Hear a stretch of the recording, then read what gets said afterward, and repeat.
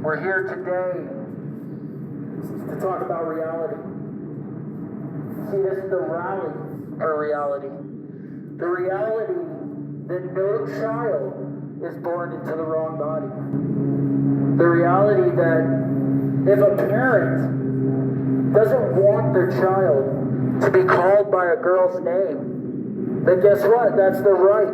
That's their parental right. But you see, today, we have HB 24-1039, which is non-legal name changes in schools, and that is the purpose of this bill. So if schools don't refer to a child by their preferred name, which may conflict with what the parent wants them to be called, then that's a form of discrimination. Folks, this is a travesty. This is a lie. This is a perversion of our educational system, telling a child that they have to self-mutilate to become who they truly are and to become happy. Folks, that's one of the biggest lies that society has ever told. And why we're here today is to talk to you about HB 24-1039. Look it up. That's non-legal name changes. And what it does is basically allows these children to go further into their delusion. You see, these school counselors are the ones that gaslight the children into believing this lie. The lie that they might be somebody else, and they'll be a lot happier if they become the opposite sex. Folks, these school counselors should all be ousted. There should be a complete gutting, because this is a regular practice these days in schools. And then once they start these kids on the path to transition, once they start calling them by their preferred name that they have gaslit these children into, then guess what? They don't tell the parents unless the parents affirm. They hide it. It's a whole system to hide things from the parents. And then once they have the name changed, they start them down the path to medical transition and affirmation. So let's talk a little bit about medical transition and affirmation for transgender children. You see, Big Pharma is making so much money off of these drugs that they're giving to children, which, by the way, aren't even FDA approved. Not only aren't they FDA approved for children, they're not FDA approved for adults either. Neither puberty blockers nor cross-sex hormones are meant for this use. So we are running a medical experiment on adults, which is a little bit different of a situation, but it still should be allowed to happen. It's a perversion of our medical institutions. Then we're running medical experiments on children that don't know any better, that have a weak mind that's still developing.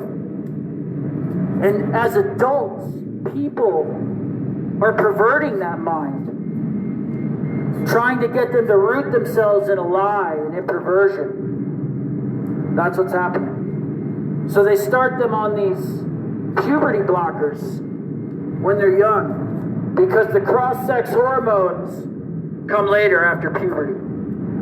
So they give the puberty blockers to block puberty, so it'll stop them from going through it and feeling actual puberty and what it actually feels like. And then once it stops the puberty, as they get older, they transition on to cross-sex hormones. And I don't know if anybody has studied this issue, but if you do, it's not hard to see that puberty blockers followed by cross-sex hormones sterilize a child. That's right. Anybody supporting transition of children supports sterilizing children. Is that what you want to support today? Telling a child to self-mutilate to become who they truly are and to become happy? Folks, you're lying. You're liars. You're lying to children. You're perverting their minds with a lie that will destroy them and make them insane. So if you supported this trans lie, today is the day to repent and turn away from it. This is the rally for reality, because we're here to fight for reality. The reality of the truth that you're not telling people. The truth that you're trying to come against. And you see, these lies that are coming against the truth has infiltrated the people's house. And we will not allow this to happen. These lies that are spreading are causing them to actually suppress testimony, to actually cut off the microphone during somebody's house testimony because they referred to a man as a man. That's all they did. But yet, they somehow say that that's breaking decorum. Folks, it's not breaking decorum to speak the truth. It's not breaking decorum to give testimony on your opinion and speak reality. But you see, they have waged a war on reality. And that's what we're seeing. That's why this happened to Christina Goki on HB 24-1071, is because reality is under attack. And when somebody speaks the truth of reality and it hurts someone's feelings, well then guess what? You can't speak. And this has to stop today, folks. People's feelings are not more important than the truth. People's perversion are not more important than other safety. But guess what? Real women are being put at risk. Their spaces are being infiltrated at the expense of these men that want to parade around in a costume and say that's who they truly are, and real women better deal with it. Well, guess what? That's not how it works, folks. That's not reality. And we're not going to stand for that. America's had enough of this. America's played along for quite a while, and I think people are starting to wake up to the truth. The truth of reality. That's why we called this the rally for reality, because that's the best word for it. And you see, folks, reality is not a partisan issue. Reality is not left or right. Reality is something we all must accept. These are the same ones that just went to travel on research. Hi, can I get a close up? Can you give me a picture? Hi, what's your healthcare? Be careful.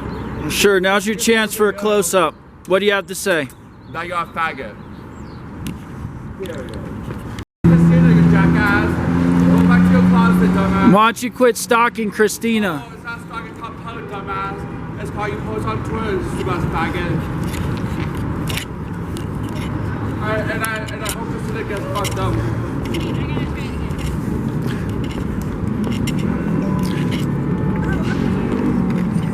I'm just letting you know we do have permits for this area to amplify sound, so you will not be going over our permits or you'll be pushed back.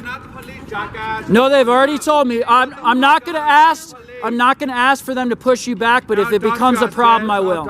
I don't believe in suppressing speech like you. Bye, Ben. Bye, Ben. Great. You're not the police, jackass.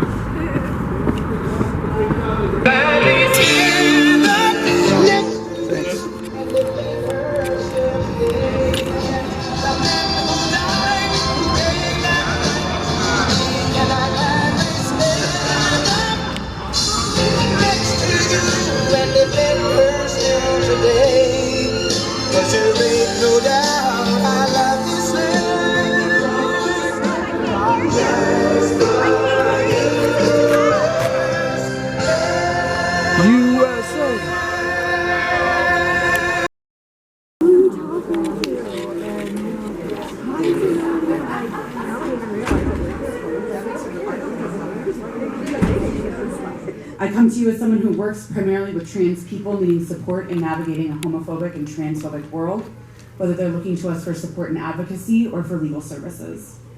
But mostly I want to talk to you as a trans person who was once a trans kid, who grew up always knowing that they were different, and everyone else also knew that about me.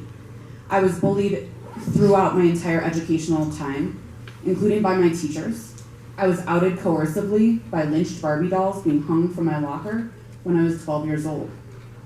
I became severely depressed, and though I was a straight-A student, could hardly function.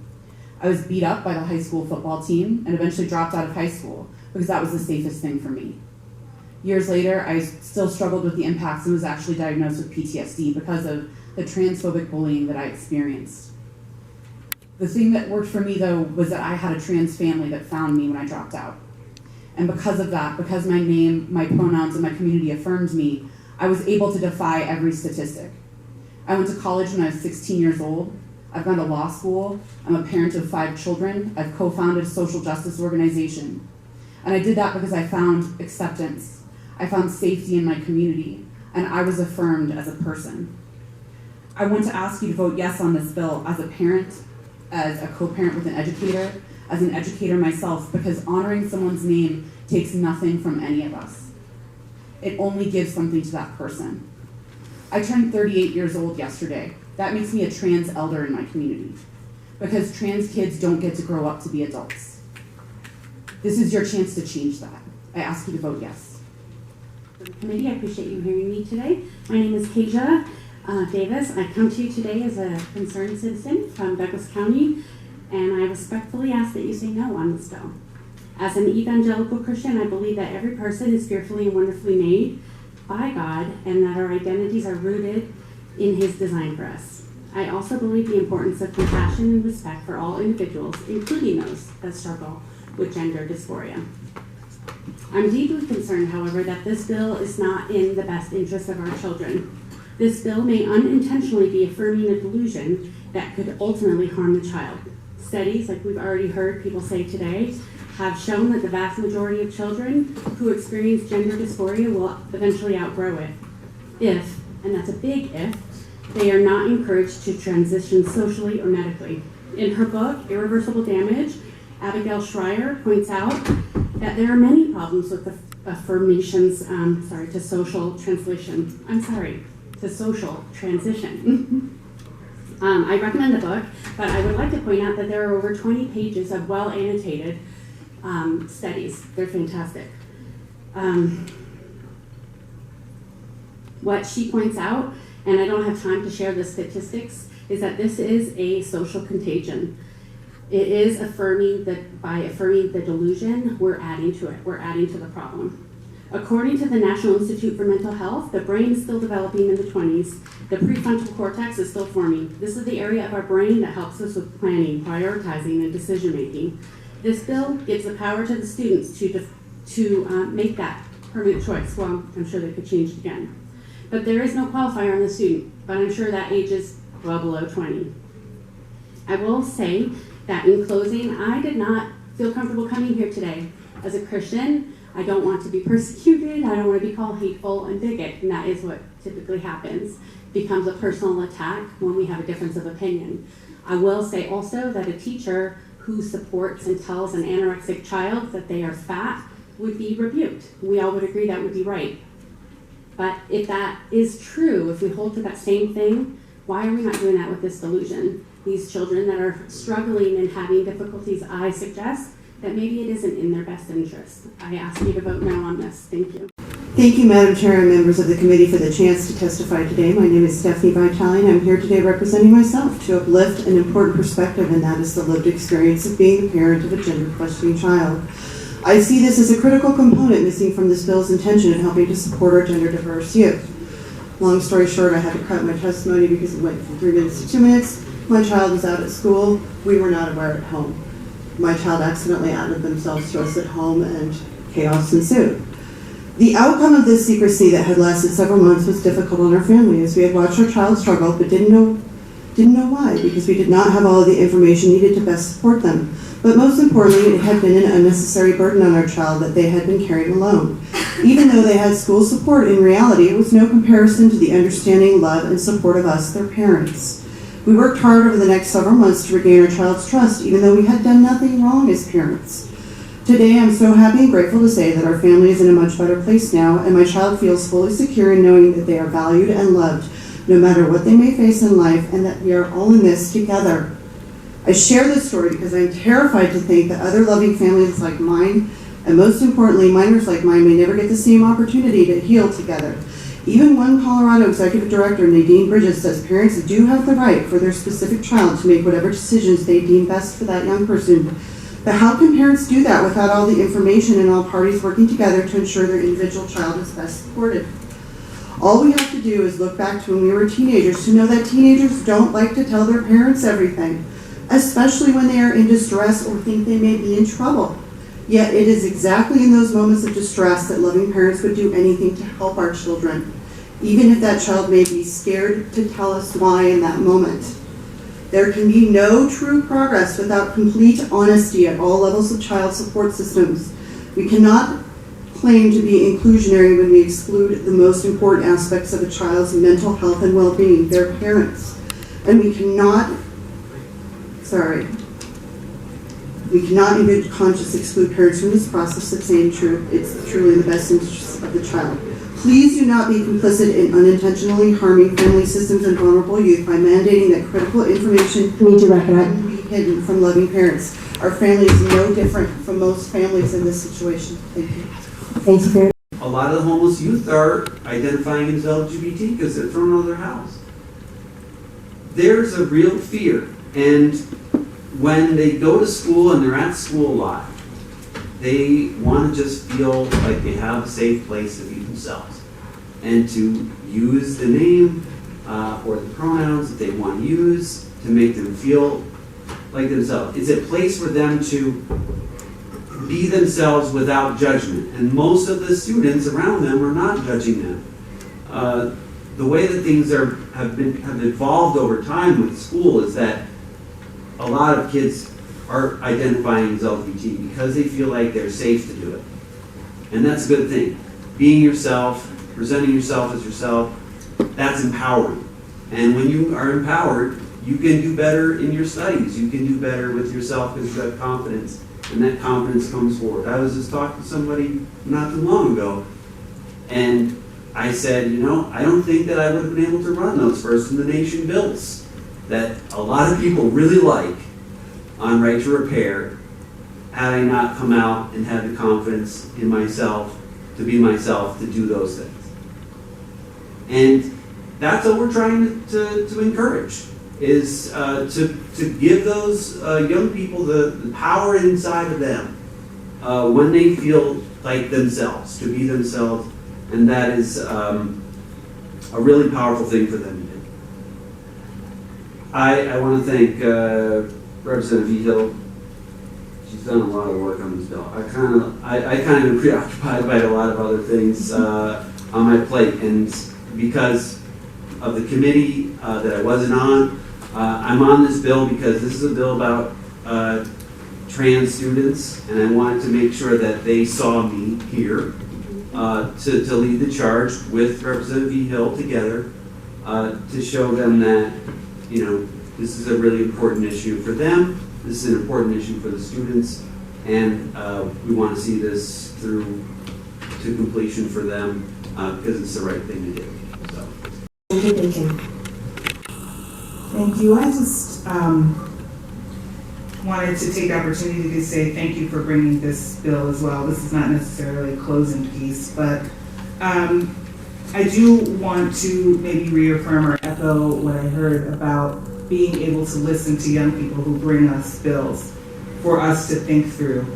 And I've maybe gotten one or two emails about this, but I do want to be able to demonstrate as well the promise of our country, and that we are a nation of laws and of discourse, and that we have demonstrated, not even so far in our recent past, the consternation of violence and threats, and who's typically levied that as not a means to changing hearts and minds. And so I just want to be able to say too, I look forward to our discourse today. and hope that that is the driver for which we are making decisions. And I also want to say that to the young people who are testifying and listening today as well. It is the hope of this country that our ideas be able to shift and progress, and I'm certainly a product of seeing that done in the past as well. Thank you.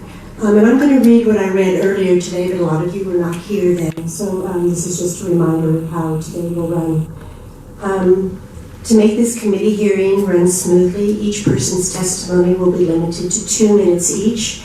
And we have timers up here, so you'll be able to see when it turns yellow, which means to slow down, and red means to stop, very much like a stoplight does. And the committee will have 10 minutes to ask the witnesses questions. As always, we will be running this hearing based on respect and kindness. We understand that mistakes may happen, and when they do, we will be forgiving and kind. But if we see or hear intentional or deliberate disrespect in this room, we will ask you to stop, or we will ask you to leave the room. There's no hesitation with that.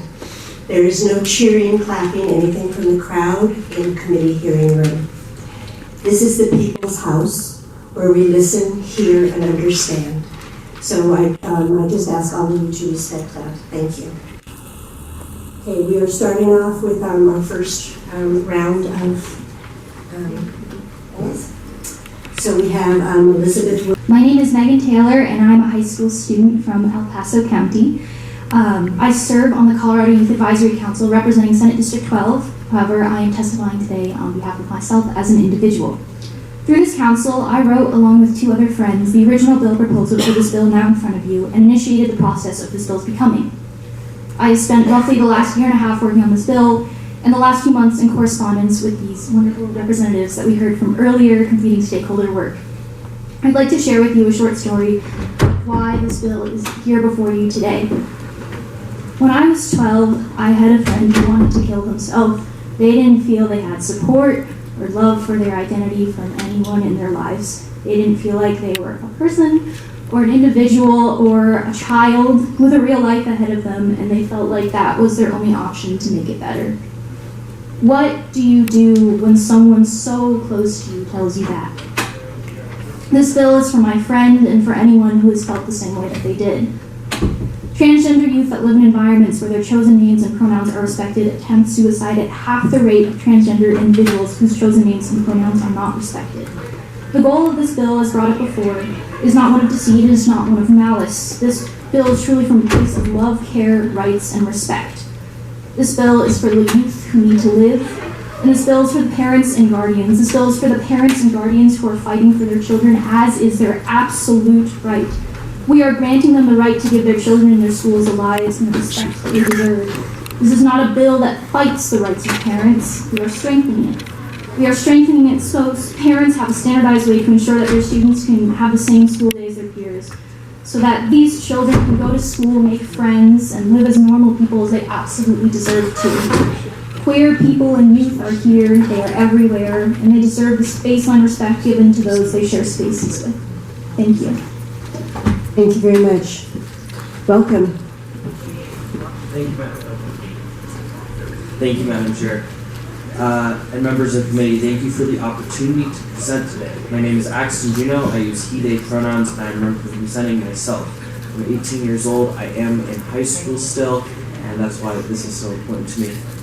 I'm in support of this bill as a transgender man who has been through the school system, and I fortunately attended schools that respected my gender and my pronouns and my chosen name. This allowed me to focus on school and avoid undue bullying because of my dead name. I believe it is important to provide the opportunity for trans and other LGBTQ+ students to participate in school in the same capacity as their cisgender counterparts without having yet another barrier that makes school feel daunting and dysphoric. Although this bill does not specifically include LGBTQ+ people in its language, it is fundamentally about inclusion, and schools should strive to be inclusive. It has always been socially acceptable to call Andrew Andy, but now that homophobic and transphobic educators and admin and parents are being asked to call me by my name and my peers by our chosen names, just because I'm transgender, it becomes an issue. This is discrimination, and I and other LGBTQ+ students should not be forced to face it while trying to learn. I was personally discriminated against in my school that is quite accepting, and I can't imagine how much worse that would have been if I had been called by a dead name. I ask you please vote yes on this bill so that people like me can survive.